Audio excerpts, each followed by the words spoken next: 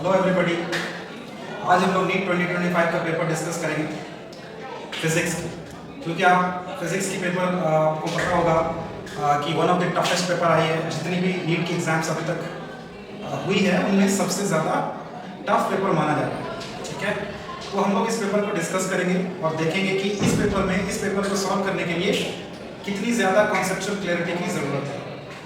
क्योंकि जो normal behaviour होता था एनडीए का, जो टेस्ट लेते थे वो नीट का, उसके अंदर ये चीज़ नहीं पाई जाती थी या कभी कभी पाई गई 2016 में, 2021 में। लेकिन उसके अलावा जितने भी पेपर्स आए हैं उसमें ज़्यादातर जो पेपर है वो ऐसा है जिसमें आपको वन लाइनर भी क्वेश्चन मिला है और इजी क्वेश्चंस भी बहुत ज़्यादा थे, तो वो इजीली सॉल्व हो जाया करते थे। टाइम 1 घंटा लगता था एंड उसमें फुल सॉल्व हो जाते थे। बट दिस टाइम एनडीए ने एक बहुत कॉम्प्लिकेटेड पेपर डिज़ाइन किया, खास करके इस वजह से कि इसमें टाइम कम है हमें सॉल्व करने के लिए।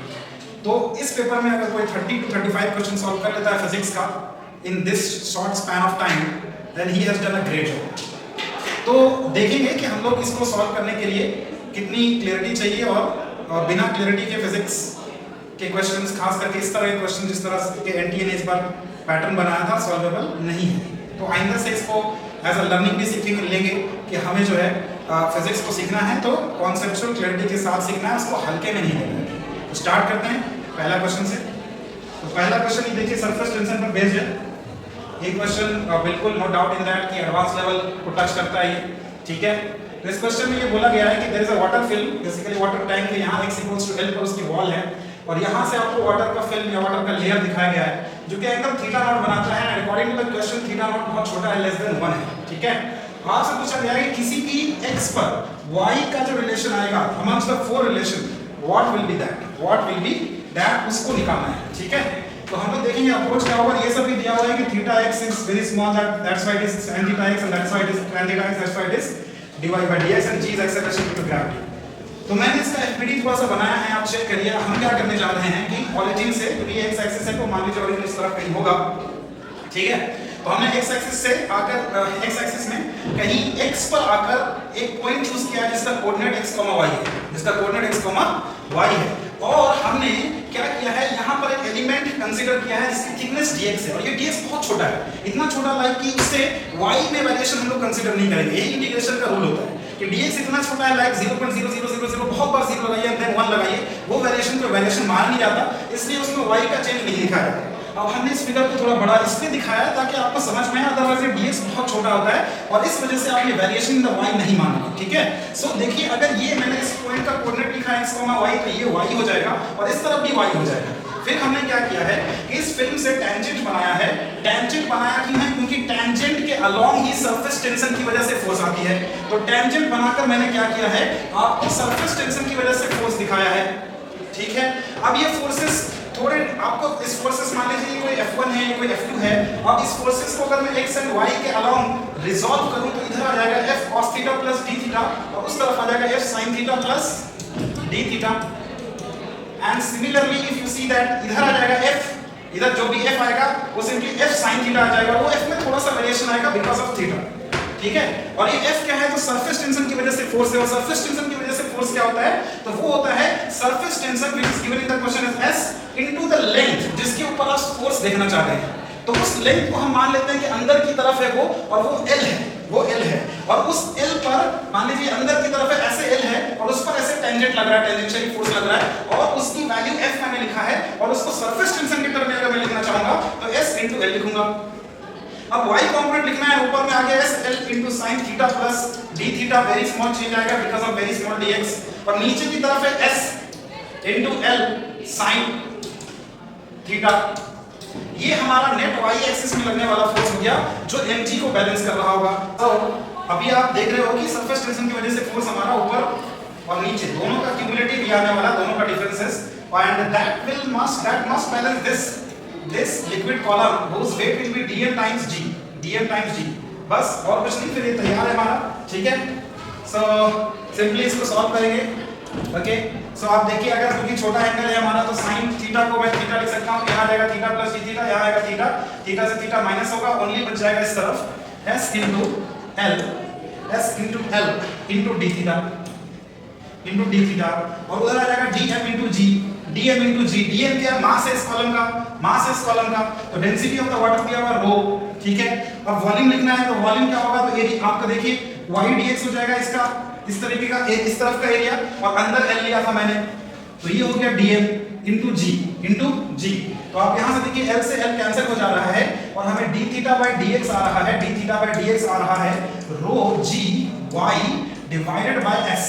बस अब देखिए, क्योंकि थीटा हमारा बहुत स्मॉल है, according to the question theta हमारा बहुत स्मॉल है और वो tan थीटा के बराबर है, और tan theta dy by dx के बराबर है, तो सिंपली हम लोग कह सकते हैं कि थीटा की जगह लिख दो dy by dx and your work will be done, ठीक है। And this is nothing but you know very much, this is double differentiation, it is d2y by dx square and that's going to be rho gy upon s, ठीक है। So which will be the option? This will be this one, option number 2। Next में move करते हैं हम लोग।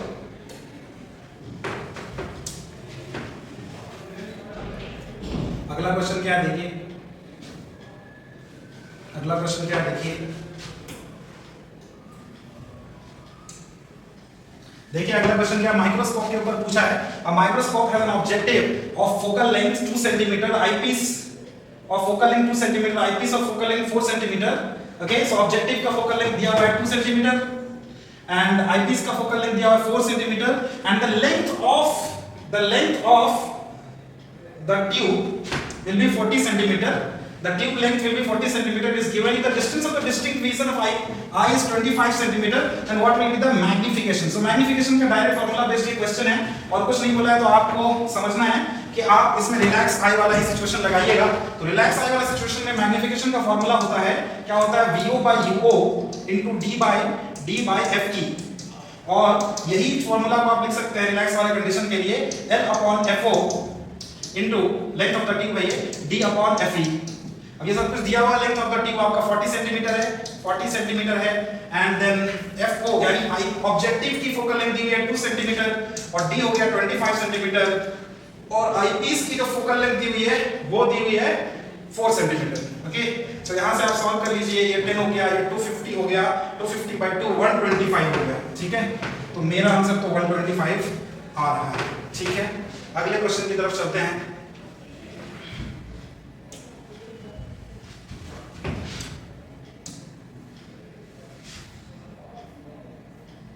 अगले question की तरफ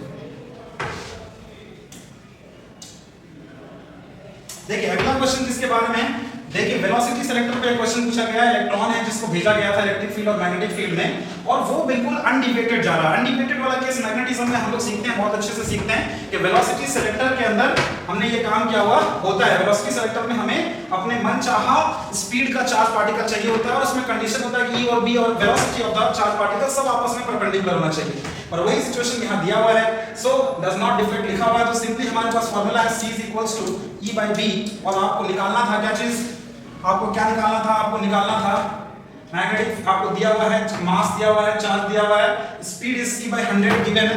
सो speed is c by 100, speed is c by 100, c by 100, c is the speed of light and आपको दिया हुआ है and is interested into magnetic field दी हुई है 9 × 10⁻⁴ टेस्ला, 9 × 10⁻⁴ टेस्ला और E निकालना है हमें, E निकालना है, E निकालना है। तो E कैसे निकलेगा? तो सिंपली इसको कैलकुलेट कर लेंगे तो उधर वो चला जाएगा और ये हो जाएगा 9 × 10⁻⁶, that will be E, that will be E। so 9 × 10⁻⁶ और C भी हमारा छूट गया, C will be 3 × 10⁸, 3 × 10⁸। तो कुल मिला के हो गया 27 × 10⁻², 27 × 10⁻²। तो यहाँ पर आप देखिए 27 × 10⁻² यहाँ लिखा हुआ है, बट यहाँ पैरेलल लिखा हुआ है, यहाँ परपेंडिकुलर लिखा हुआ है। तो हमने आपको पहले ही बोला कि परपेंडिकुलर सिचुएशन होना चाहिए for the velocity selector, so the option will be 2। Okay, 27 × 10⁻² volt पर मीटर। ओके, अगले क्वेश्चन की तरफ बढ़ते हैं।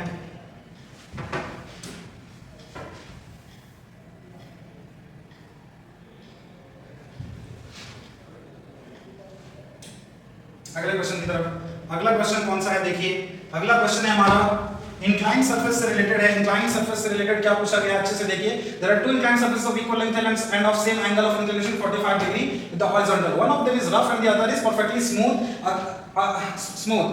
A given body takes 2 times as much time to slide down on the rough surface than on the smooth surface, the coefficient of kinetic friction। तो देखिए time के बारे में पूछा गया, टाइम के बारे में पूछा गया कि एक जो है डबल टाइम लेता है जो रफ सरफेस पे as compare to smooth surface वाला।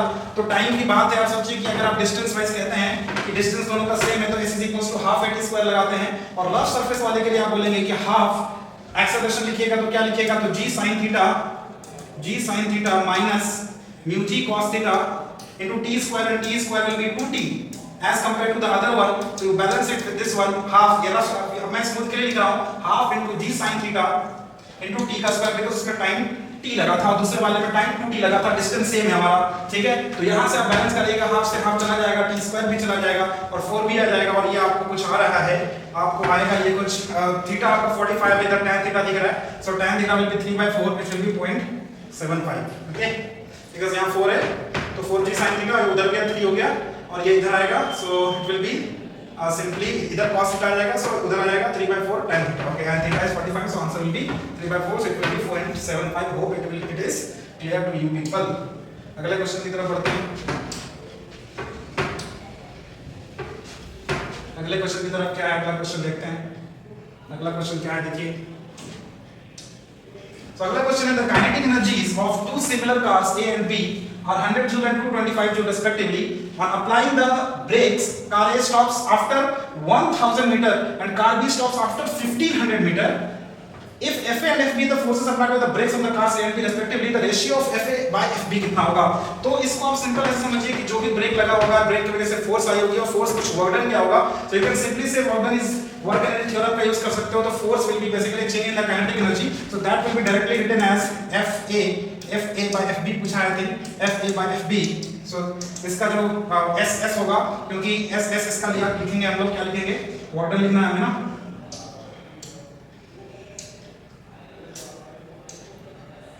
वर्क डन लिखना है, so F into SS कितना, पहले वाले ने कितना चला है, पहले वाले ने 1000 मीटर लिया है और दूसरे वाले ने कितना लिया है, दूसरे वाले ने 1500 मीटर लिया है, और जो काइनेटिक एनर्जी का स्पेंड हुआ है, एक में 100 जूल हुआ है और दूसरे में 225 जूल हुआ है, ठीक है। तो यहाँ से आप सॉल्व कर लेंगे, ये 0 कट गए, सो FA by FB उधर ये हो गया आपका 2 और ये हो गया 3, ठीक है। सो उस तरफ जाएगा ये, तो ये हो जाएगा 50, तो 150 by 225, ये 25 से जाएगा, ये 6 हो जाएगा, है ना, और ये हो जाएगा 9 और ये फिर जाएगा 3 से, so it is 2 and this 3, so answer is coming as 2/3। hopefully you understood, okay। so अगला क्वेश्चन देखते हैं।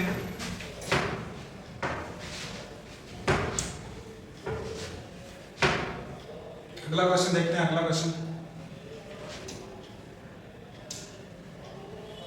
अगला क्वेश्चन देखिए, करंट इलेक्ट्रिसिटी के ऊपर सर्किट प्रॉब्लम है, अच्छे से देखेंगे आप तो ये थोड़ा सा व्हीटस्टोन ब्रिज का टिपिकल प्रॉब्लम है, बिकॉज यहाँ पर आपको व्हीटस्टोन ब्रिज देखना एक चैलेंज हो सकता है, बिकॉज इसको नॉर्मल फॉर्मेट में दिख नहीं रहा है, बट अच्छे से देखिए आप, तो यहाँ पर इसके करंट की डिवीजन होने वाली है, यहाँ करंट की डिवीजन होने वाली है, और यहाँ पर एक ब्रांच है 6 ओम का, सो यू कैन से कि यार ये वाला अगर उससे मल्टीप्लाई करो, ये उससे करो, अगर सेम आ रहा है तो यह व्हीटस्टोन ब्रिज है बैलेंस वाला, तो you can check it is balance वाला व्हीटस्टोन ब्रिज 7.5 दोनों तरफ से आ रहा है, सो ये कोई काम का नहीं रहा, ठीक है। अब आपसे पूछा गया है करंट थ्रू द बैटरी, तो R इक्विवेलेंट आपको निकालना पड़ेगा, तो R इक्विवेलेंट निकालने के लिए आप देखिए, आप इधर करंट भेजिएगा उधर भेजिएगा, इन दोनों में सीरीज में गया, वो दोनों सीरीज में गया, इधर इधर से आ गया, तो ये 1.5 और 2.5 हो गया आपका, 1.5 और 2.5 4 हो गया, एंड ये हो गया 5 and 3 8 हो गया, 8 हो गया, और फिर ये दोनों पैरेलल में आ गए, सो 8 into 4/8 plus 4, सो ये कुछ 32/12 हो गया, इसको कैंसिल करिए आप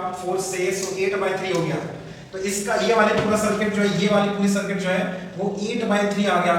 अब इधर देखिए आपके पास ये आपका पूरा सीरीज में आ गया, 8/3 1/3 9/3 हो गया, which is 3, एंड ये हो गया 5 और 1 6 और 7 plus 3 10 हो गया, 10/5/10 0.5 एम्पीयर मेरा तो आंसर आ रहा है, बाकी calculation can be verified. Next question देखते हैं, नेक्स्ट क्वेश्चन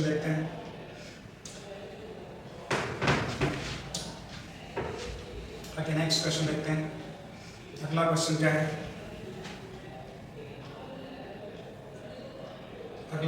है, देखिए जरा, अगला क्वेश्चन क्या है, अगला क्वेश्चन तो अगला क्वेश्चन में देखिए आपको बोल रहा है कि वर्टिकल सर्कुलर मोशन का क्वेश्चन दिया हुआ है, इसमें पार्टिकल मास m है, ये यहाँ पर स्लैक हो जा रहा है। स्लैक होने का मतलब है कि यहाँ टेंशन जीरो हो जा रही है। तो आपसे पूछा है कि what will be the ratio of speed v of the bob at point p, मतलब यहाँ अगर स्पीड v है और यहाँ स्पीड v नॉट दी हुई है, आपको रेशियो पूछा है, यानी v by v नॉट पूछा है, v by v नॉट पूछा है, ठीक है। ओके सो यही पूछा है, v by v नॉट ही पूछा है। सो देखिए v के लिए तो हम लोग बेसिकली वर्टिकल सर्कुलर मोशन में हमने जो केसेस पढ़े होते हैं उसमें एक केस होता है स्लैक वाला, उसमें हम लोग अच्छे से सीखते हैं कि यहाँ से अगर मैं ऐसे वर्टिकल लाइन बना दूं तो ये एंगल जो भी होता है, जो कि यहाँ पर फाई मान लिया जाए, तो फाई यहाँ 90 माइनस थीटा है, फॉर्मूला हो जाता है उसका cos 90, फाई की जगह मैं लिख रहा हूँ फाई लिखना चाह रहा हूँ, तो cos 90 minus theta is u square minus 2gr upon 3gr, ठीक है। सो u स्क्वायर आपका हो गया इनिशियल वाली वेलोसिटी जिसको v नॉट माना गया है, तो v not square minus 2gr upon 3gr, ये हो गया हमारा। तो यहां से आप अच्छे से देखिए तो cos 90 minus theta sin theta हो गया है, so it will B 3gr sin theta plus 2gr।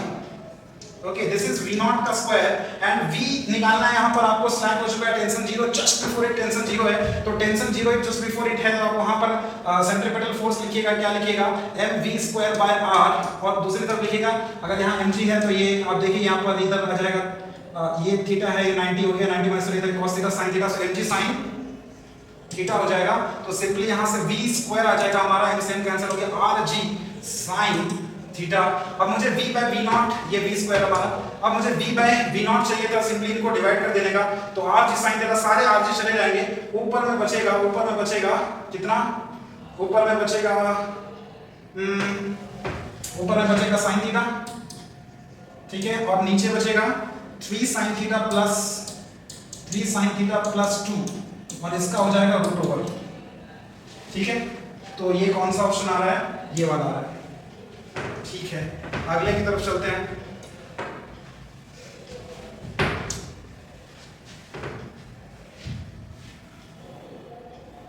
अगले की तरफ अगला सेमीकंडक्टर, अगला है सेमीकंडक्टर का क्वेश्चन है। देखिए बहुत ही अच्छा क्वेश्चन है, नॉर्मल इजी सा भी क्वेश्चन नहीं है, कुछ भी इजी इस पेपर में नहीं है, लगभग क्वेश्चन में घुमाया गया है। तो देखिए यहाँ पर आपको दिया गया है नॉर गेट और यहाँ दिया गया नैंड गेट, तो यहाँ अगर ए है यहाँ बी है, तो यहाँ नॉर गेट की वजह से ये हो जाएगा a प्लस बी बार, और यहाँ नैंड गेट है तो यहाँ हो जाएगा a इंटू बी बार, सही है। और यहाँ पर एंड गेट है तो यहाँ जो y आएगा वो आ जाएगा a प्लस बी का bar into a into B का बार। अब आप जल्दी से ट्रूथ टेबल बना लीजिए and you will verify it. Truth table बनाना ज्यादा आसान है as compare to Boolean expression. Okay, so truth table always work भी कर जाता है, तो नो प्रॉब्लम एट ऑल, ठीक है। तो 0 0 दे दीजिए, आप 0 0 दीजिएगा तो यहाँ 0 प्लस 0 0 0 का बार 1, और यहाँ पर 0 इंटू 0 0 का बार 1, तो यहाँ 1 आ गया। इसका मतलब है कि ये एंड गेट नहीं हो सकता है और गेट भी नहीं हो सकता है, ठीक है। तो 0 प्लस 0 1 हो सकता है और 0 इंटू 0 भी 1 हो सकता है, नैंड और नॉट दोनों की सिचुएशन है। एक और चेक कर लेते हैं, 0 इंटू 1, तो 0 प्लस 1 इज 1, 1 का बार इज 0, 0 इंटू 1 इज 0, 0 का बार is 1, and that is going to be 0।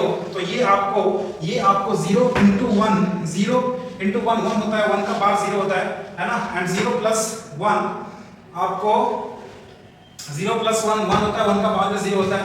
तो अभी भी दोनों सेटिस्फाई नहीं हो पा रहा है, तो हमें एक बार और चेक करना पड़ेगा, and that is I think it will be simply NOR gate. एक बार नैंड गेट में क्या होगा, 0 इंटू 1, 0 का बार 1, तो नैंड गेट नहीं हो सकता, यहाँ पर तो हमारे पास 0 आ रहा है, ठीक है। 0 प्लस 1 1, 1 का बार 0, ओनली नॉर गेट की संभावना बचती है, so this will be the answer. Okay, तो बाकी इसको बूलियन एक्सप्रेशन से भी कर सकते हैं, नो प्रॉब्लम एट ऑल।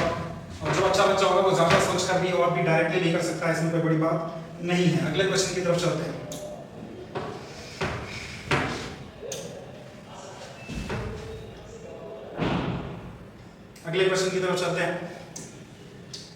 अगला क्वेश्चन हमारे पास इलेक्ट्रिक फील्ड के बारे में है, इलेक्ट्रोमैग्नेटिक वेव का क्वेश्चन है। आपको दिया हुआ है कि इलेक्ट्रिक फील्ड जो z एक्सिस में है और जो प्रोपगेशन ऑफ वेव हो रही है वो x एक्सिस में हो रही है, तो मैग्नेटिक फील्ड डेफिनेटली y में होनी चाहिए, तो क्लियर है। तो ये y है और ये y है। और अगला बात कि क्योंकि मैग्नेटिक फील्ड की जो एम्पलीट्यूड है वो इलेक्ट्रिक फील्ड की एम्पलीट्यूड से कम होती है, तो यहाँ पर तो आपको दिख रहा है कि बराबर ही हो रहा है, तो आंसर एक ही बचता है, and that is this one, right.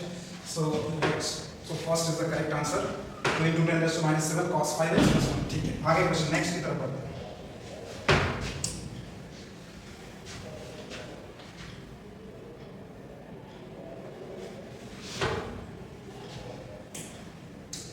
अगला क्वेश्चन देखिएगा, इंपल्स के ऊपर दिख रहा है। सो एक बॉल है जिसका मास 0.5 kg ड्रॉप किया गया था 40 मीटर से और हाइट में वापस गया 10 मीटर। तो सिंपली हम लोग g की वैल्यू 9.8 लेने बोल रहा है। g की वैल्यू 9.8, तो देखिए जब गिरा होगा वो तो उसकी स्पीड होगी, जब गिरा होगा तो उसकी स्पीड रही होगी √2g into 4h which is 40। और जब उठा होगा तो उस समय उसकी स्पीड रही होगी √2g into 10। ओके, सो ये v आ रहा है हमारे पास, कैलकुलेट करेंगे अगर हम तो ये 9.8 लेने से 19.6 हो रहा है हमारे पास, ठीक है। और उसको 10 से मल्टीप्लाई कर 196 14 आ जा रहा है, 14 into 2 यानी 28 आ रहा है। ओके, और ये आ रहा है 19.6 19.6 सो ये हमारा कितना आ जा रहा है, ये सिंपली 2 into 9.8 19.6 into 10 196, यहाँ 14 ही आ रहा है। Calculation is correct, right? So ठीक है, बिल्कुल सही लग रहा है। सो अब जो है हम लोग इनको माइनस कर लेंगे। सो इनको माइनस करेंगे तो 14 आएगा, 14 into 14 आएगा, नहीं माइनस नहीं करेंगे बिकॉज़ साइन अलग है तो ऐड हो जाएगा। तो 28 plus 14 हो जाएगा 30 42, 28 plus 14 हो जाएगा 42, 42 into 0.5 हो जाएगा 21 ns Newton second. Okay, because 0.5 is the mass, right? So you have to do what? You have to do m v final minus v initial. That's what I have done in this question. Okay, so अगले question की तरफ बढ़ते हैं।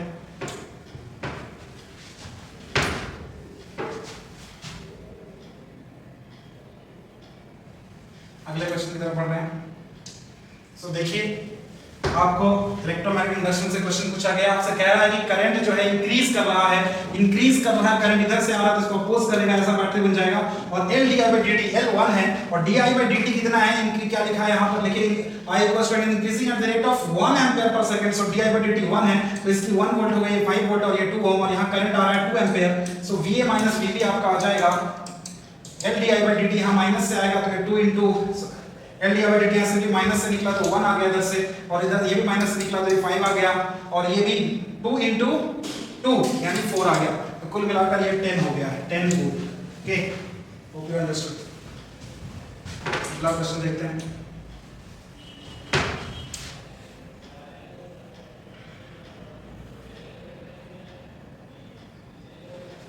अगला question, तो अगला question देखिए, आपको लिखा हुआ 2 ampere current is flowing through two different small circular copper coils having radius 1:2। The ratio of the respective magnetic moment का रेशियो आपसे पूछा जा रहा है। So magnetic moment I into A होता है, ठीक है, और that is m। So m1 by m2 हो जाएगा, करंट दोनों में सेम माना गया, ये हो जाएगा pi r स्क्वायर, तो ये हो जाएगा r1 का स्क्वायर अपॉन r2 का square whole square. So it is going to be 1/4 and I hope this will be the correct answer. So this should be the answer. Okay, first one will be the answer. Okay,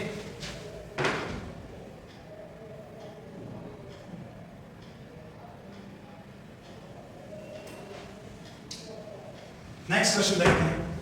देखा मैंने, certain camera combination of 4 similar thin convex lenses are axially in contact, then power the combination, the total magnification in comparison to the power p and the magnification m for each lens will be। तो आपको पता है कि हमारे पास जो भी lens है उसको कॉन्वेक्स लेंस है, उसको इस तरीके से 4 लेंसेज को सजा दिया गया है एंड इसको साथ में रखा गया है। हमें पता है पावर ऐड हो जाता है, will be 4p। अगर एक का पावर p है तो चारों का कॉम्बिनेशन का 4p हो जाएगा, और मैग्निफिकेशन मल्टीप्लाई हो जाता है, so it will be m into m into m into n, that will be m raised to 4, so it will be 4p and m raised to 4, so option should be 3। Okay, अगला question की तरफ बढ़ते हैं।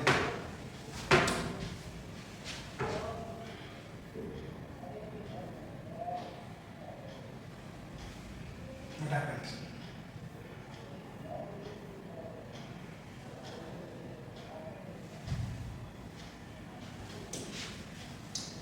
Okay, so next question. So the next question is, or the same question has come, so sorry. So next question is now the next question. This is the next question. So next question is about an oxygen cylinder of volume 30 liter has 18.2 moles of oxygen. After some oxygen is withdrawn from the cylinder, its gauge pressure drops to, gauge pressure important term हो गया यहाँ पर, अच्छे से देखिए, and drops to 2 भी important हो गया, and that is 11 atmospheric pressure at temperature 27 degrees Celsius. The mass of the oxygen withdrawn from the cylinder is nearly equal to R दिया हुआ है आपको, R 100/12 के टर्म में, okay, and molar mass of दिया हुआ एटमॉस्फेरिक प्रेशर भी दी हुई है, ओके। तो सिंपली यू विल से कि यार आप देखो कि गैस जो सिलेंडर था उसके पास वॉल्यूम कितनी थी 30 लीटर, ओके, एंड 18.2 मोल्स है।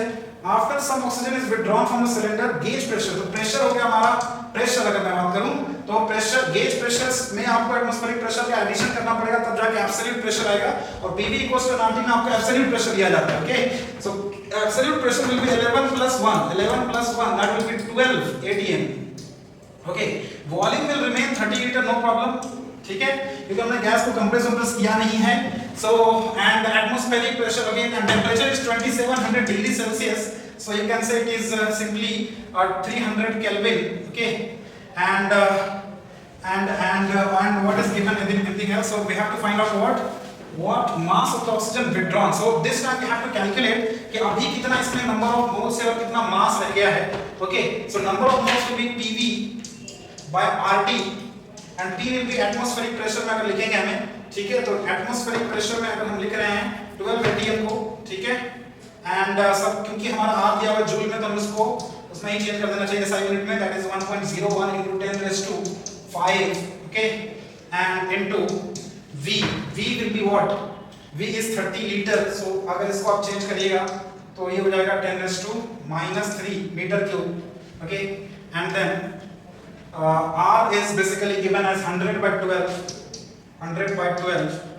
and T is given as 300 Kelvin, so that much calculation you have to do, and then N आप निकालिएगा, और N निकालने के बाद आपको मोलर मास which is 32 आपको मल्टीप्लाई करना पड़ेगा, ठीक है, 32 मल्टीप्लाई करना पड़ेगा, एंड देयर आफ्टर आपको नया मास मिल जाएगा, आपको नया मास इसमें कितना बचा हुआ है, नया मास मिल जाएगा, mu मिल जाएगा, nu मिल जाएगा, एंड देन पुराना वाला आपको पता है 18.2 था, तो इससे आप मल्टीप्लाई कर लीजिएगा 32 को, एंड देन माइनस करिएगा, तो आपको कितना रिमूव किया गया वो मिल जाएगा, okay. So you have to do this calculation, this calculation वाला क्वेश्चन है, ठीक है। तो probably you understood what is important, ये गेज प्रेशर दिया हुआ था और 11 दिया हुआ था 2 वर्ड के साथ, तो नया प्रेशर 12 atm हो जाएगा, वॉल्यूम वगैरह उतना ही रहेगा। R वॉल्यूम में ध्यान रखिएगा यूनिट का, कि यूनिट आपको SI यूनिट में लिखना पड़ेगा, तभी, क्योंकि आपको यहाँ पर जो R दिया हुआ है जूल में ही दिया हुआ था, इसलिए मैंने ऐसा किया, एंड यहाँ पर मैंने इसको मीटर क्यूब में बदला और यहाँ पर इसको न्यूटन पर मीटर स्क्वायर में बदला, and that's it, you have to do and then subtract it, and आप इसका आंसर ले आइएगा, okay. Hope you understood the methodology behind this, okay. चलिए आगे बढ़ते हैं।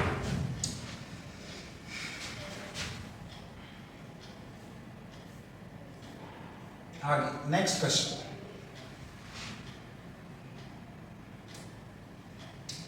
अगला क्वेश्चन काइनेमैटिक्स से है। देखिए some appropriate time and position का रिलेशन दिया हुआ है, एक्सेलरेशन निकालने बोला है, एक्सेलरेशन निकालने बोला है, तो आप बस यहीं से शुरू हो जाइए, t = x + x है, डिफरेंशिएट करिए विद रिस्पेक्ट टू t, आपका इधर 1 आ गया, यहाँ आ गया 2x dx/dt is velocity and x dx/dt is again velocity, so v will B 1/1 + 2x, and then differentiate करिए with respect to time and you will get acceleration, and that will be -1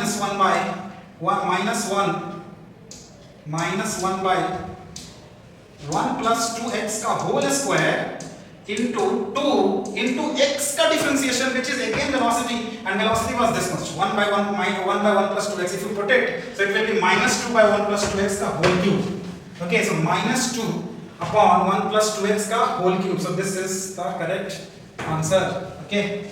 Next,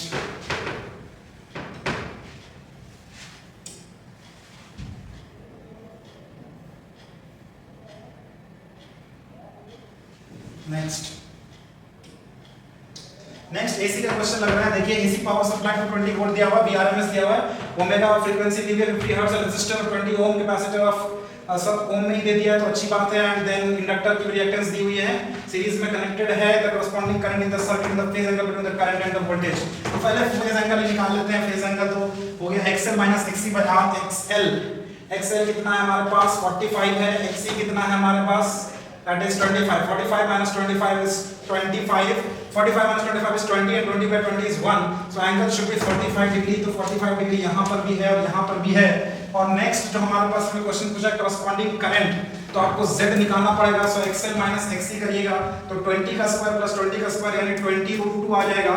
और I RMS चाहिए तो V RMS which is 220 and आपका z हो गया 20 √2 तो यहाँ से आपको 110 सॉरी 11/√2 आ रहा है 11/√2 आ रहा है √2 और 1/√2 होता है 0.707। ऐसे छोटी-छोटी चीजें याद रखने से थोड़ा टाइम बच जाता है। 0.707 11 into 0.707 it will be definitely कौन सा बचता है 7.8। नेक्स्ट क्वेश्चन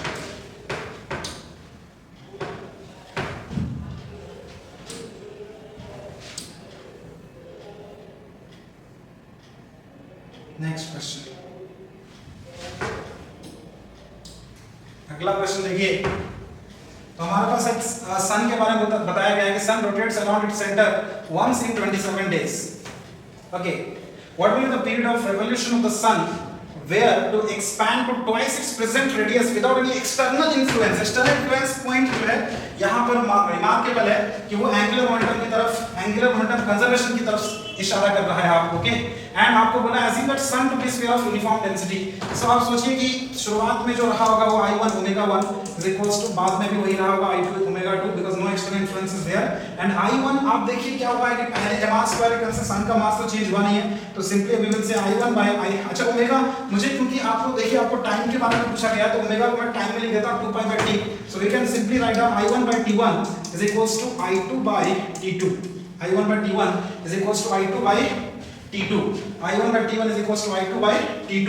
ओके, सो यहां से आपको दिख रहा होगा कि I1 को लिख सकते हैं mr स्क्वायर और इसे लिख सकते हैं r की वैल्यू डबल हो गई है तो I1 by I2 या I2 by I1 आपको आ गया 4 और ये t2 by t1 हो जाएगा, t2 by t1 हो जाएगा और t1 लगा 27 तो 27 into 4 108 के करीब आना चाहिए। अगला क्वेश्चन की तरफ बढ़ते हैं।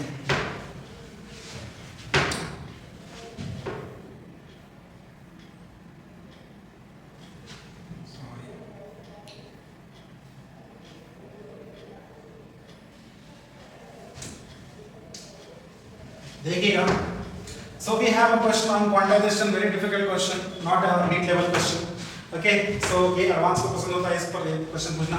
देखिए, a model for quantized motion of an electron in a uniform magnetic field B states that the flux passing through the orbit of the electron is nh by e where n is integer, h is Planck's constant, e is magnitude of electron's charge। According to the model, the magnetic moment of an electron in its lowest energy state will be, lowest energy state मतलब n equals to 1 हो चुका है और quantization कहीं भी लगा सकते हैं जहां भी हम ये कह सकते हैं कि उसकी एनर्जी जो डिस्क्रीट है हर एक के लिए एग्जिस्ट नहीं करती है। अगर कहीं भी ऐसा होता है तो उसको उस चीज को क्वांटाइज्ड कहा जाता है जो हर एक वैल्यू के लिए एग्जिस्ट नहीं करे और कुछ खास वैल्यूज के लिए ही वो एग्जिस्ट करती हो। ठीक है, जो कि आप पढ़ते हो जैसे quantization of charge, quantization of charge and quantization of energy of photon and so on, right. So moving on, ठीक है, यहाँ पर आप देखिए क्वेश्चन कैसे करेंगे हम लोग। तो we have flux के बारे में बोला गया है flux। So flux is B into A and A is pi r square and that will be going to be NH by E and N is 1 so it is H by E। So B will be simply H by pi r square E, pi r square E। Then magnetic moment निकालने के लिए आपसे कहा गया magnetic moment is I A and I is charge which is E upon time period is 2 pi m by QB, Q is again E so it is E square and B is this much EB so it is H upon pi r square E and then area will be pi r square। So pi r square will get cancelled out, E will get cancelled out and the answer will be EH upon 2 pi m। Hope that should be the option। Do we have EH upon 2 pi m? Yes, this is the answer। Next।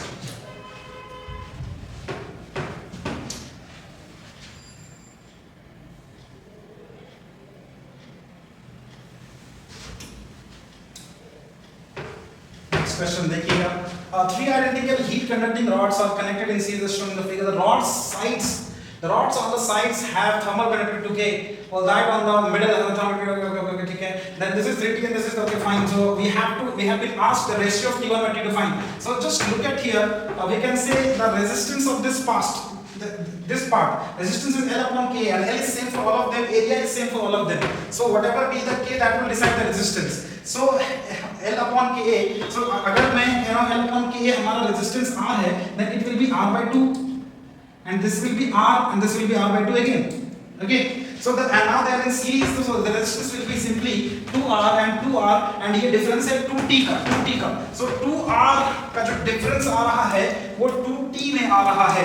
Okay, now you have to understand कि R/2 अगर मैं बोलूं कि जो R/2 का difference कितने में आएगा तो R का डिफरेंस T में आएगा तो R/2 का डिफरेंस T/2 में आएगा.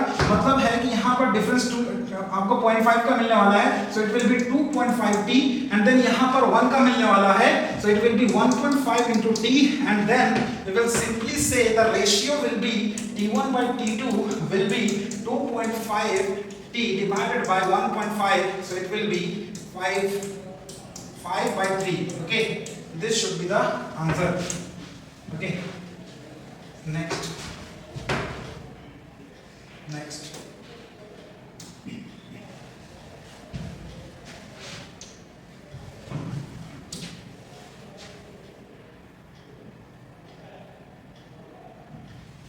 Next question. This is the question. Let's try to do. It's a capacitor based question. So we have a parallel plate capacitor separated by distance d.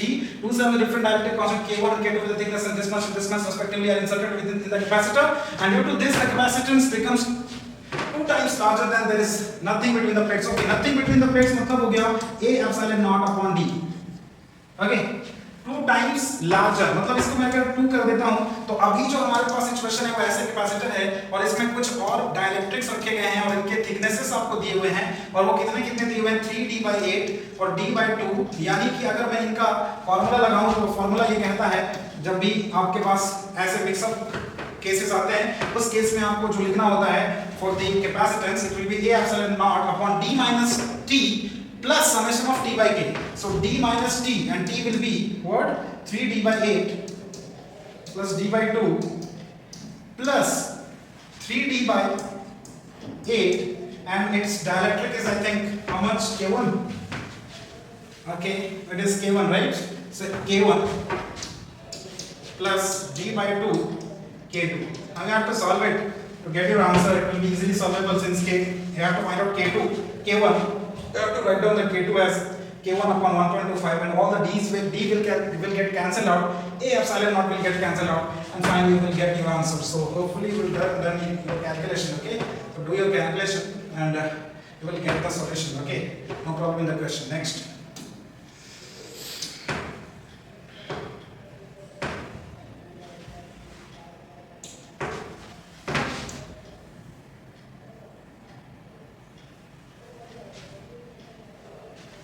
Next question. So two cities X and Y are connected by regular bus service with a bus leaving in either direction every t minute. A girl is driving scooty with a speed of 60 km per hour in the direction X to Y.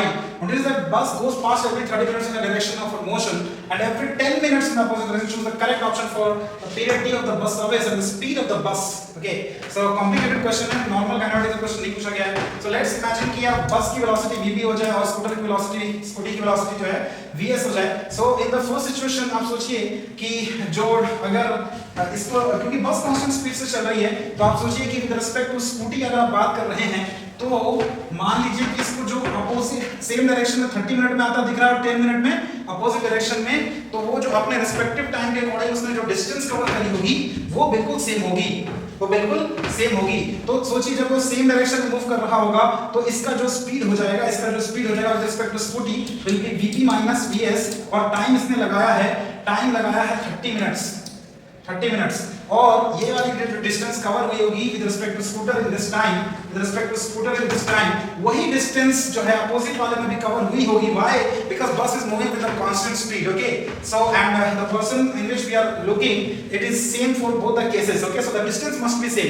So in the next case it will be simply with respect to scooter it will be vb plus vs into time and the time is 10. So you have to calculate it. This will get 3 and vs is given as 60 I think 60 km per hour. Yes, so it will be 3 vb minus vb, it is 2 vb. Okay, and this is vs minus 3 vs 4 vs. Okay, 4 vs and vs, so it will get 2 vs, so it will get 120 km per hour. 120 km per hour एक ही option में है. दूसरा अगर निकालना हो तो d by आप जितना डिस्टेंस उसमें चला इनमें से कोई भी आप यूज कर लीजिए and then you simply divide it with the velocity of the bus to get the speed of the bus. Okay, so simply divide it with the speed of the bus. इनमें से कोई भी आप expression उठाइए, उससे distance मिल जाएगा और उससे टाइम, ये वाले टाइम आप सिंपली जो आपने वेलोसिटी ऑफ बस निकाला है उससे डिवाइड कर लीजिए and you will get that time t. Okay, you will get that time t. Next question.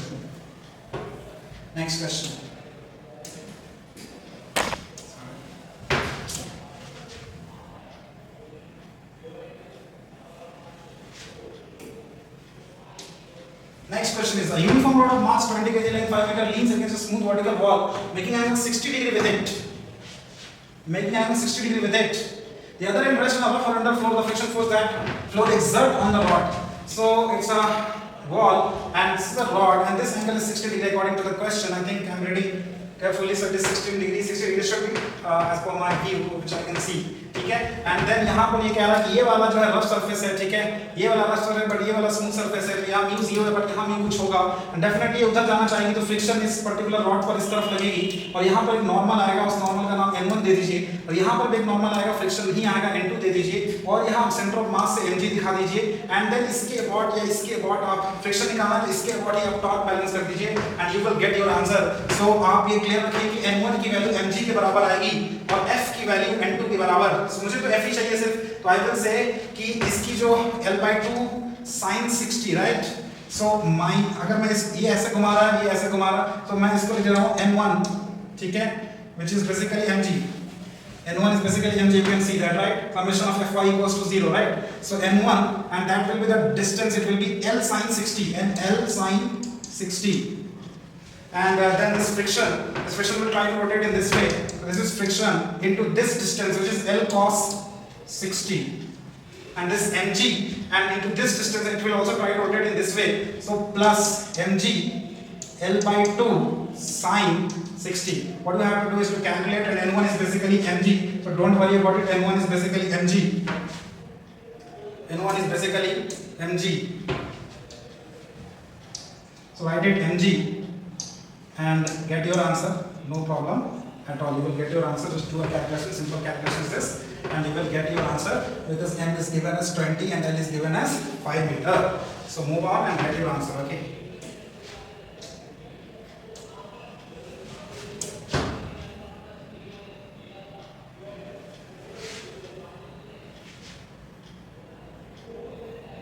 So next question. Okay, so next question is about in an oscillating spring mass system, spring is connected to a box filled with the sand. As the box oscillates, sand leaks slowly out of the box vertically. So leaking का process है, leakage में मास तो घट रहा होगा और omega के बारे में ग्राफ दिखाया हुआ है वो होता है k by m. So मास घटेगा तो ओमेगा बढ़ेगा. ओमेगा किस में बढ़ रहा है? Let's check it. So let's check it. ये वाला में ओमेगा बढ़ रहा है, ये वाले में भी ओमेगा बढ़ रहा है, इसमें भी बढ़ रहा है, इसमें सिर्फ घट रहा है. So आगे वाले में देखिए फिर एम्पलीट्यूड का ग्राफ है. क्योंकि इसका मास घट रहा है तो मास जैसे जैसे सैंड निकल रहा होगा, जा रहा होगा, अपने साथ एनर्जी लेकर जा रहा होगा और जैसे जैसे एनर्जी घटेगी एम्पलीट्यूड भी घटनी चाहिए बिकॉज एनर्जी और एम्पलीट्यूड का डायरेक्ट रिलेशन हमारे पास होता है. तो ओमेगा बढ़ेगा और एम्पलीट्यूड घटेगा, ओमेगा बढ़ेगा और एम्पलीट्यूड घटेगा. So my answer should be 2. Next question.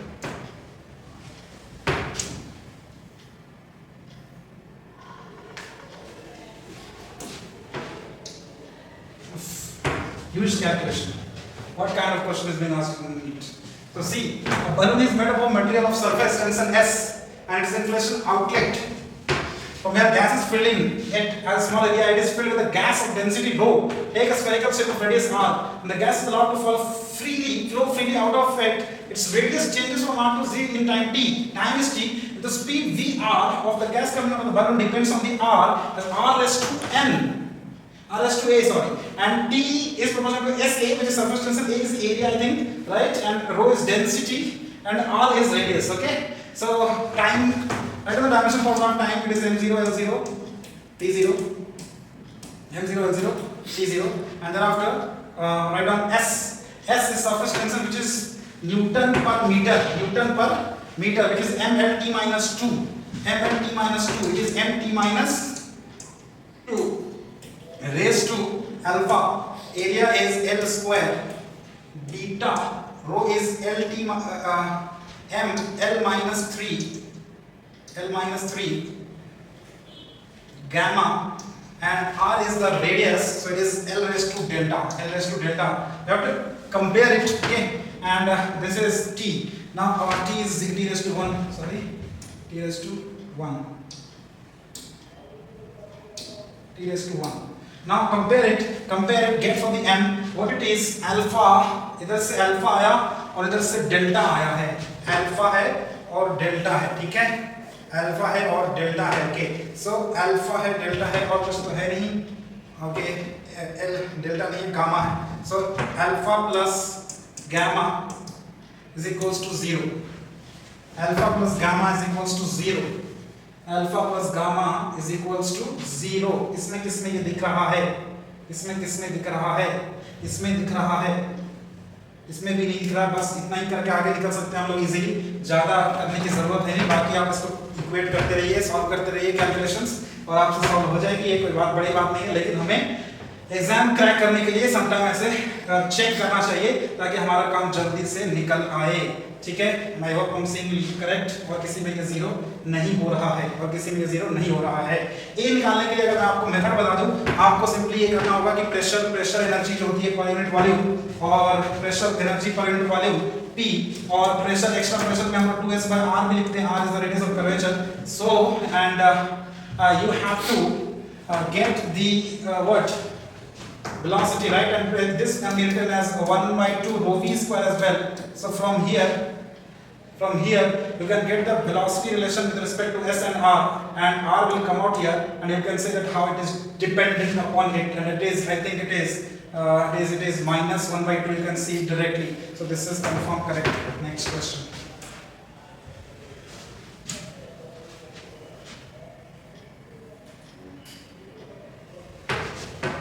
Next question again. So it's about vernier caliper.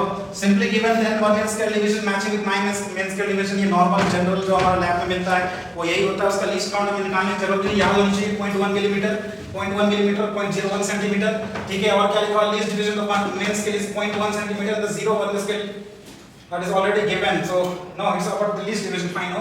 And the zero of the vernier scale is at x equals to 0.1 centimeter. When the jaws of the vernier caliper circle मतलब zero correction भी है इसके अंदर, और positive zero है इसके अंदर, मतलब माइनस करना पड़ेगा 0.1 centimeter.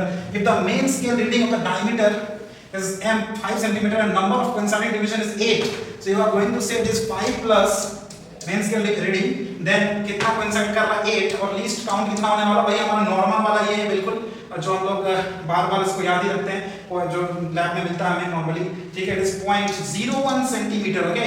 And so it is going to be 5.08 centimetre. Now to get the accurate reading you have to subtract the zero error which is how much? 0.1 centimeter, I think, right? 0.1 centimeter, right? Okay, now the answer will be what? Answer will be, it will be 4.98. So it's coming 4.98. Let's check it, okay? Moving on.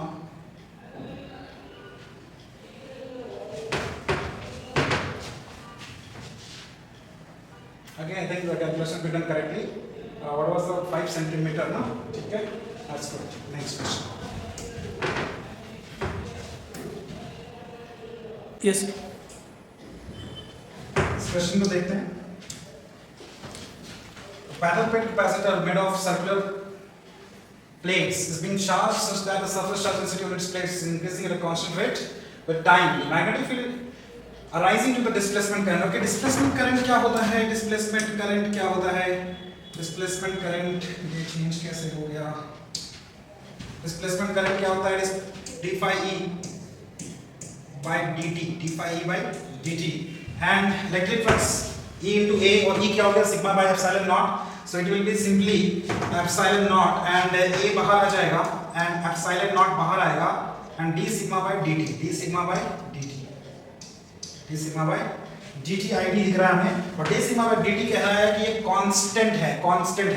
तो ये A by epsilon naught id जो है हमारा, वो value हमें मिल जाएगी A by epsilon naught D sigma by dt. तो ये वाली वैल्यू कांस्टेंट हो गई. सो अब ऑप्शन में शब्द है जीरो एट ऑल प्लेसेस, तो जीरो होने का तो सवाल नहीं है, ठीक है? Then constant between the plates and zero outside the plates, नहीं, जीरो आउटसाइड द प्लेट नहीं होगा, चेंज होगा, मैक्सिमम जाएगा पेरीफेरी पर एंड मिनिमम उसके बाद घटना चालू होगा, non zero everywhere with maximum at the imaginary cylindrical surface connecting the peripheries of the plate. बिल्कुल ये B डॉट dl आप एम्पेयर सर्किट लॉ लगाइएगा, B डॉट dl होता है म्यू नॉट I, तो dl आप ऐसा सोचिए कि यहाँ पर हमारे पास ऐसे करंट जा रहा है और ये कुछ ऐसा ये सॉलिड सिलेंडर है जिसमें करंट पास कर रहा है, तो आपको पता होना चाहिए कि इसके सरफेस पे मैक्सिमम होगा एंड देन घटना चालू होता है, तो पेरीफेरी पर ये मैक्सिमम हो जाएगा और नॉन जीरो एवरीवेयर हो जाएगा। So this is the correct answer. अगले क्वेश्चन की तरफ चलते हैं।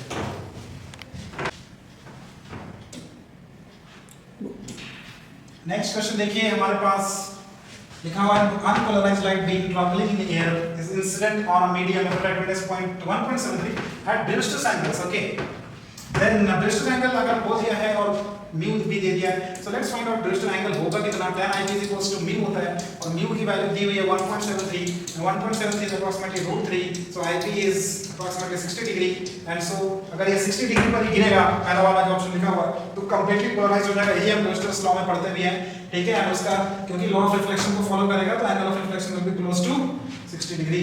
नेक्स्ट क्वेश्चन,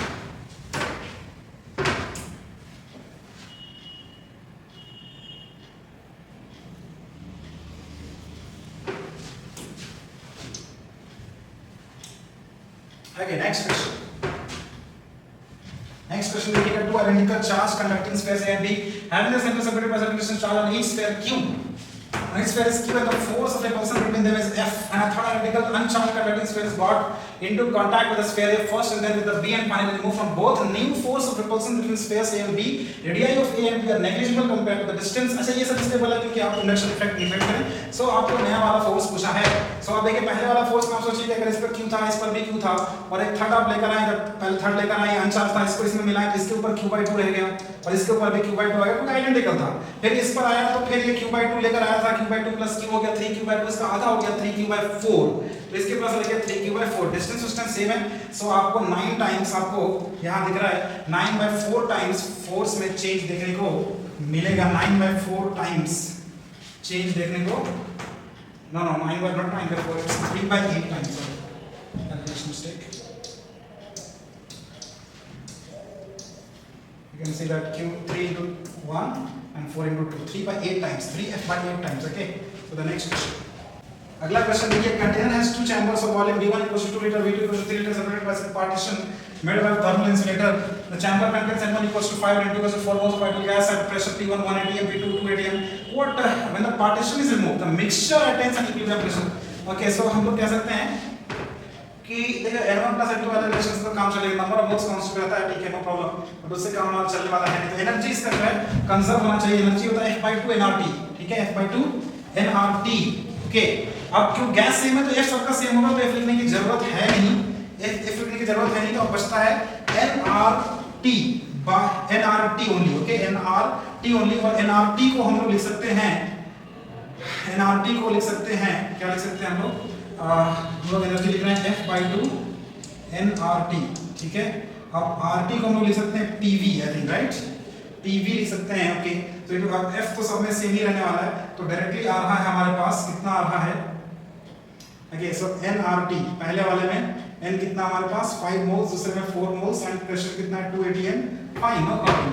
सो अब पहले वाले में प्रेशर कितना था, वॉल्यूम वगैरह दिया हुआ था, प्रेशर दिया हुआ था क्या, यस, सो P1 V1 यानी 1 into 2 plus P2 V2 यानी 2 into V2, that is 3, okay, and that will be P net into V will be 2 plus 3 which is 5, so 6 plus 2 8/5 and that will be 1.30 na, 1.6 atm should be the answer। Hopefully you understood, हमने कुछ नहीं, P1 V1 plus P2 V2 equals to P mixture into V mixture किया है, okay, and that is how you can get your answer, no problem at all। Okay, is there any problem? सही है ना, temperature का दिक्कत तो नहीं है?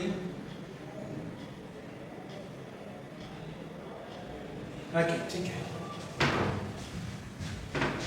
now that is shown the temperature, right? So okay, next you can write down, no problem at all. This equation is fantastically correct. So next question.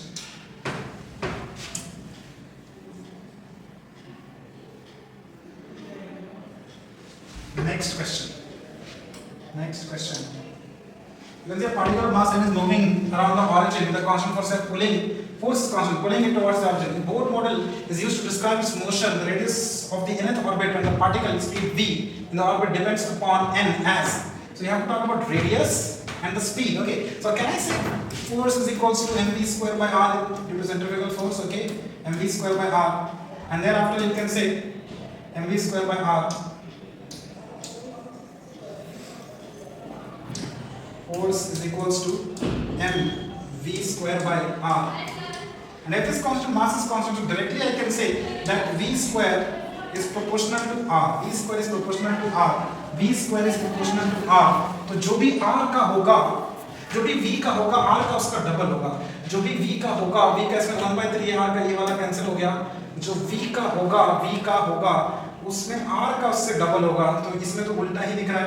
इसमें v है 1/3, तो r का हो जाएगा 2/3. तो ये वाला नॉट आउट हो गया, और कोई तो ऑप्शन वैसा मैच नहीं कर रहा है. बाकी आप इसको पूरा बाज़ाब्ते mvr = nh/2π करके v और r में रिलेशन ला सकते हैं और फिर इसमें पुट कर सकते हैं. And you can get the exact relation. Okay, so what क्योंकि एग्जामिनेशन ऑफ कोर्स में आना चाहिए. मेथड आपको फिर से बोल देता हूं. mvr = nh/2π करिएगा, v निकालिएगा और ये r निकालिएगा, फिर इसमें पुट करिएगा and then you will get one of them. Okay, next step.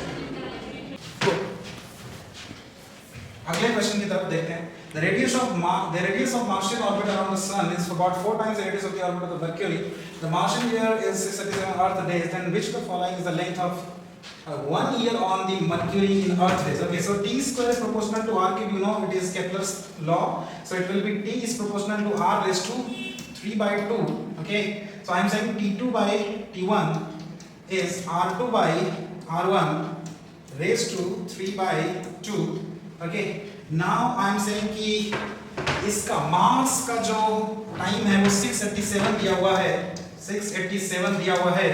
और R2 देखिए, R2 मतलब कि मर्क्यूरी का जो रेडियस है और R1 मतलब जो मार्स का है वो 4 टाइम्स है. तो यहाँ पर 1/4 टाइम्स आ जाएगा, 1/4 raised to 3/2.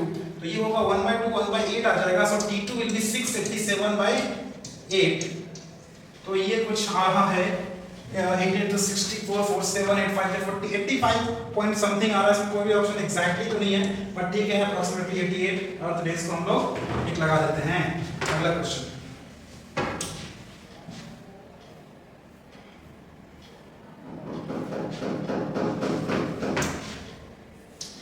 अगला क्वेश्चन हमारे पास ग्रेविटेशन के ऊपर है. Body weight 48 newton on the earth surface and the gravitation force experienced on the body due to the earth at a height equal to 1/3 the radius of the earth from its surface. Okay, so you have to understand कि g जो हम लोग लिखते हैं वो आता है हमारे पास g0 1 plus h by r का होल स्क्वायर. राइट, तो अगर आप देखेंगे तो h हमें 1/3 दिया हुआ है. 1/3 यहाँ पुट करिएगा तो 1 plus 1/3 that will be 4/3 will be 9/16 of g0.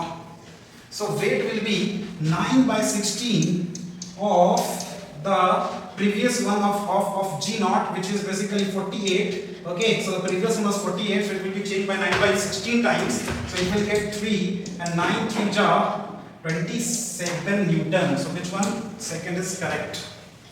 Let's move to the next question. Okay, mark it.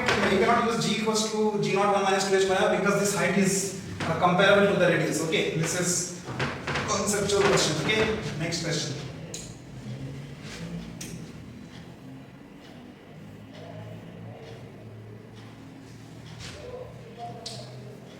What about the next question? Why resistance R is cut into 8 equal pieces from these pieces to equivalent resistance made by adding 4 of these together in parallel, then these two similar adjacencies, what will be the effective resistance? Now, जैसे ही आपने 8 equal part में cut किया तो resistance हो गई R/8 और इसको parallel में बनाया तो ये हो गया इसका 1/4 और ऐसा 2 है तो into 2, तो कुल मिलाकर ये हो गया है, कितना हो गया है? So 2 से 2 चला गया, 2 से 2 चला गया और यहाँ आ गया R/16 आ गया हमारे पास. 2 से 4 गया, R/16 should be the next answer. Okay, moving on towards the next question.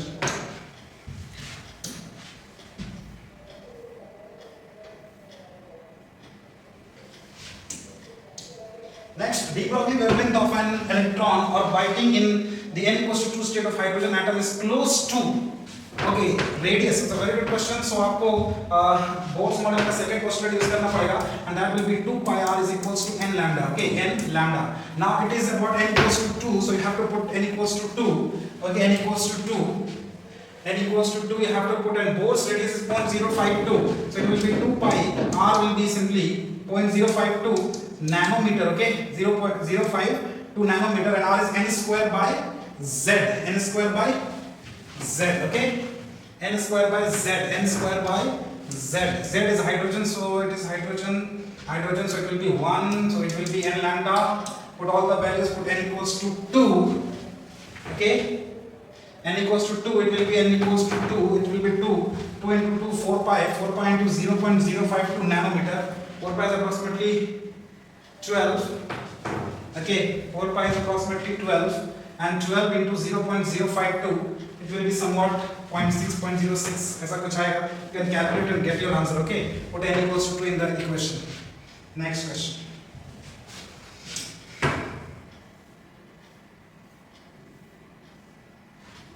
Next question. An electric dipole with dipole moment of 5 into 10 raised to minus 6 centimeter is aligned with the direction of uniform electric field of magnitude 4 into 10 raised to 5 nano Newton per coulomb. The dipole is then rotated through an angle 60 degree with respect to the electric field. The change in the potential energy पूछा है. आपको पता है is minus PE cos theta final minus of minus PE cos theta initial. This is the change, right? And initial, since it is aligned with the electric field, so its angle will be 0 degree. So it will be cos 1, cos 0 will be 1 PE, and this is 60 degree, so it will be minus PE by 2. So the calculation will be PE by 2. Now put the values. What are the values? P is what? 5 into 10 raised to minus 6, and then 4 into 10 raised to 5. 5 4 are 20. 20 minus 1 2. 2 by 2 is 1 joule. It is 1 joule, I think. You can calculate. Okay. Do your calculations. Next.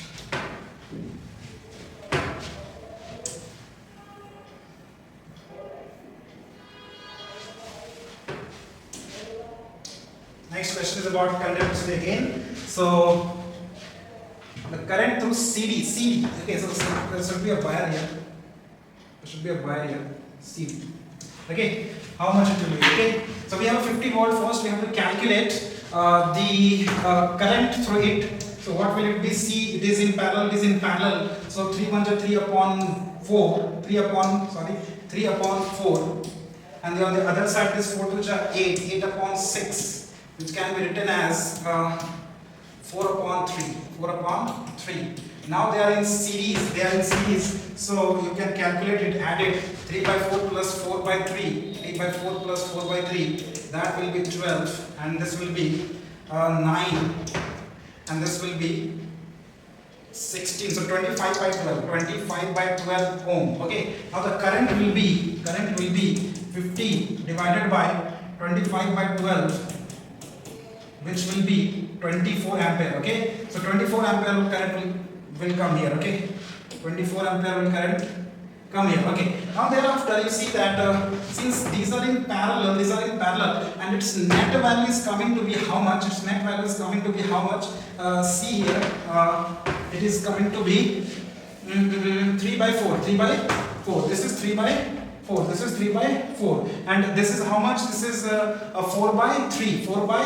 So I want to calculate the potential drop across this branch. So I will say it is in series it is proportional to resistance. So it will be simply 50 into 3 by 4 into 3 by 4. You simply say that 50 V1 is basically V1 by V2, right? So the ratio I have to calculate. So a lengthy question is this, typical one. So I have to calculate the ratio, or there is another method or not. So we have to say that this is in series. Okay, so V1 by V2 is R1 by R2, so it is 3 by 4 divided by 4 by 3, and it's going to be 9 by 16. Okay, 9 by 16. So V1 will be 9 upon 25 into 50, that's going to be 18 volts. So the drop across it will be 18 volt, and across it will be the remaining one, that is how much? 18, 50 minus 18 will be simply 32, right? 32 volt. 32 volt. Fine. Now 18 volt is this, so current will come from here. 18 volt, this is the voltage basically, so it will be 18 volt by 18 ampere, right? 18 ampere, 18 ampere, and from here it will be 6 ampere, and from here it will be 16 ampere, right? 16 ampere. So the 18 ampere is coming in this way, 16 ampere is going that way, so 2 ampere will come from this way, so 2 ampere should be the correct answer. Okay, so I don't think so that there is a requirement of finding this, only this can be done. Next question, what's the next one? So अगला question करते हैं. देखिए आपको लिखना है photon और electron का ratio, right, for the wavelength, right. So lambda of photon हो जाएगा hc by e, ठीक है. Okay, this is photon, and what about the electron? It will B h upon √2 me.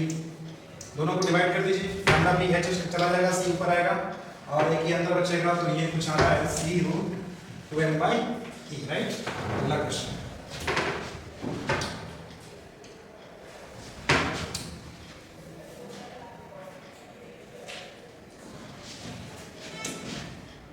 अगला क्वेश्चन देखिए, photoelectric effect पर है. The following options represent the variation of photoelectric current with property of light shown on the x-axis. Okay, so let's talk about it. देखिए, photoelectric current density of light के directly proportional होता है. Very good, ये experimental result है, आपको याद रखना है.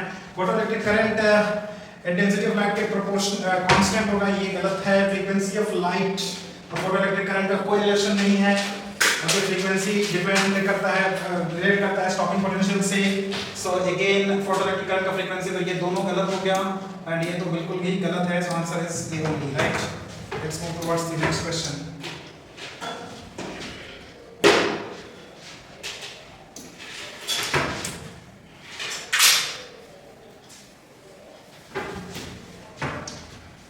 इस क्वेश्चन में आप देखिए सॉलिड स्फीयर पर बेस्ड क्वेश्चन लग रहा है. रेडियस इसका 2r था, और इसमें से एक r का कट करके निकाल लिया गया है. फिर moment of inertia y axis के ऊपर पूछा है, स्फीयर है. ओके, सो अगर मैं इसका मास m मानता हूं, तो क्योंकि मास जो है r³ के प्रोपोर्शनल हो जाएगा, सो एक का r है तो दूसरे का r/2 है, तो इसका मास हो जाएगा m/8. ठीक है, क्लियर है. सो अगला फिर इसमें आपको इसके बाद निकालना था, तो पूरे का अगर निकालिएगा तो आपको आ जाएगा 2/5 m, और इसका रेडियस है r², और इसका निकालिएगा अगर, तो इसका जाएगा 2/5, इसका m/8, और इसका रेडियस है r/2 का square, plus parallel axis term लगेगा md² that is m/8 into r का स्क्वायर. ओके, सो ये दोनों को आप सब्ट्रैक्ट कर दीजिएगा, तो आपको रिमेनिंग आ जाएगा, because question is about rest part of the sphere. So we can clearly say, अगर आप इसको माइनस करिएगा तो ये आना चाहिए इतना 7/15 7. ठीक है, नेक्स्ट क्वेश्चन की तरफ बढ़ते हैं. रेक्टिफायर पर बेस्ड है, डायोड्स पर बेस्ड है. Question number 40. सो यहाँ लिखा हुआ मिली सेकंड है, मीटर सेकंड नहीं है. मिली सेकंड पुट करिए, millisecond, so it is 100 into pi, and इसको आप मिली सेकंड को सेकंड में आएगा तो 15/1000 आ जाएगा. ठीक है, और इसको सॉल्व करिएगा तो आपको आ जाएगा 3π/2. sin 3π/2 -1 होता है, तो -220. सो इस जगह पे माइनस आने वाला है, इस जगह पे प्लस आने वाला है. सो ये हो गया रिवर्स बायस्ड, और ये हो गया फॉरवर्ड बायस्ड. सो कौन सा वाला ऑप्शन हो जाएगा? D1 is reverse biased, D2 is forward biased. Okay, so next question.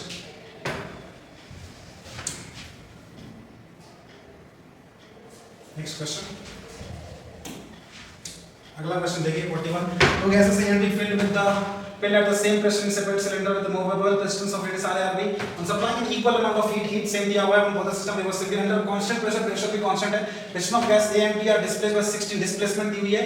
If change in their internal energy also same, तो Q भी same, U भी same, सब कुछ same है. क्या वर्क डन इक्वेट कर दो, वर्क डन इक्वेट कर दो, और ये वर्क डन होता है P into delta V होता है A into displacement. So simply we will have pressure भी same है, तो A1/A2 is equals to S2 by S1. ठीक है, एंड पहले वाले का डिस्प्लेसमेंट था 16, दूसरे वाले का 9, तो 9/16 ये हो जाएगा r1 का स्क्वायर अपॉन r2 का स्क्वायर, और आपको ra/rb पूछा था, so it is √3 3/4. Next question.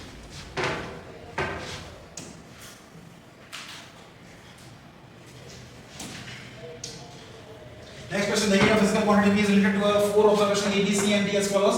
ये रिलेशन है हमारे पास, एल का क्वेश्चन है, सिंपल क्वेश्चन लग रहा है। सो विल बी 3, हमने पावर लगा देना delta A by A plus 2 delta B by B plus delta C by C plus 1 by 2 delta D by D. यही है पावर रूल हमारे पास, ठीक है। So that will give you delta P by P. Put it, so delta A by दिया हुआ 1 तो 3% हो गया, प्लस डेल्टा बी बाय 3 दिया हुआ तो 6% हो गया, डेल्टा सी बाय सी 2 दिया हुआ तो 2% हो गया, और डेल्टा डी बाय डी 1 और 4 दिया हुआ तो 2 हो गया। तो 6 3 9 2 11 13 13% इसका आंसर है। अगले क्वेश्चन में देखते हैं।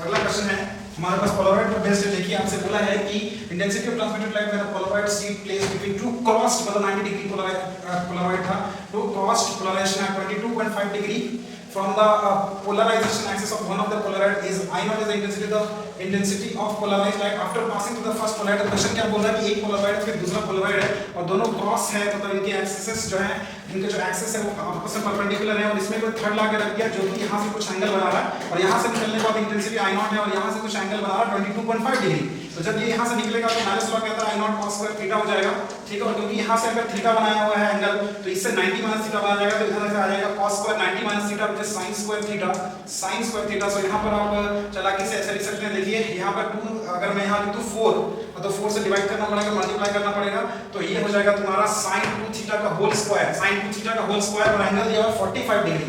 So 2 into 22.5 is 45, sin 45 is 1 by root 2, or sin square 45 is 1 by 2. So the answer will be directly written as 1 by 2, so I naught by 8. Okay. Hopefully you understood. Cross is the important thing here, and angle भी थोड़ा wisely choose किया था ताकि वहाँ पर trigonometry का इस्तेमाल कर रहे हैं। तो ये ordinary question नहीं है, यहाँ भी कुछ आप अच्छे से दिमाग लगाएंगे तभी जाकर ये solve होगा। Next question. Okay, two identical point mass P and Q suspended from two separate masses, spring constant K1 K2 oscillate vertically if their maximum speeds are same. Maximum speed is same. Okay, oscillation भी है ratio of AQ. So simply you can say omega Q by AQ is equals to omega P by AP. Omega P by AP. And आपसे पूछा AQ by AP. AQ by AP will be omega P by AQ by AP will be omega P by omega Q. And this will be omega is root k by m, right? Root k by m. So it will be simply what about p का क्या दिया हुआ k1? So इसका आ जाएगा root k1 by k2. Root k1 by p का दिया हुआ k1 ना, ठीक है? So root k1 by k2, the option will be 4.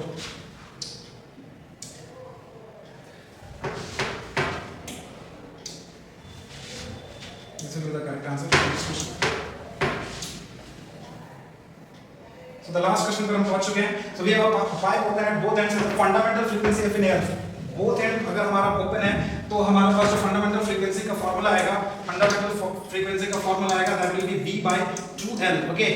Now it has been said the pipe is now dipped vertically in a water drum to half of the length आधा हो चुका, और क्योंकि आपने water में close कर दिया, एक side से बंद हो चुका है, अब जो है हमारे पास fundamental frequency आता है V by 4L, but L fortunately हम L by 2 हो चुका है, तो ये फिर से वही situation आई है, F dash equals to F. Okay प्यारे बच्चों, ये हमारा लास्ट क्वेश्चन था. मैं एक बात कहना चाहता हूँ कि देखिए क्वेश्चन तो बिल्कुल लेंथी तो था ही, इसमें कोई प्रॉब्लम, इसमें कोई दो राय नहीं है, लेकिन आपको ये समझना चाहिए कि 30 से 35 क्वेश्चन भी अगर हमें सॉल्व करना है, उसके लिए कॉन्सेप्ट की रिक्वायरमेंट बहुत ज़्यादा है. सो एक ऑर्डिनरी बच्चा जो अच्छे से फिजिक्स को नहीं पढ़ता, फॉर्मूला बेस्ड क्वेश्चन सॉल्व करता है, उससे ये सॉल्व होने वाला है नहीं. सो हर एक क्वेश्चन इस बार एनडीए ने बहुत ही वाइजली टेस्ट किया है. सो अच्छे से आप प्रिपरेशन करिए और फिजिक्स को अच्छे से पढ़िए. Okay bye.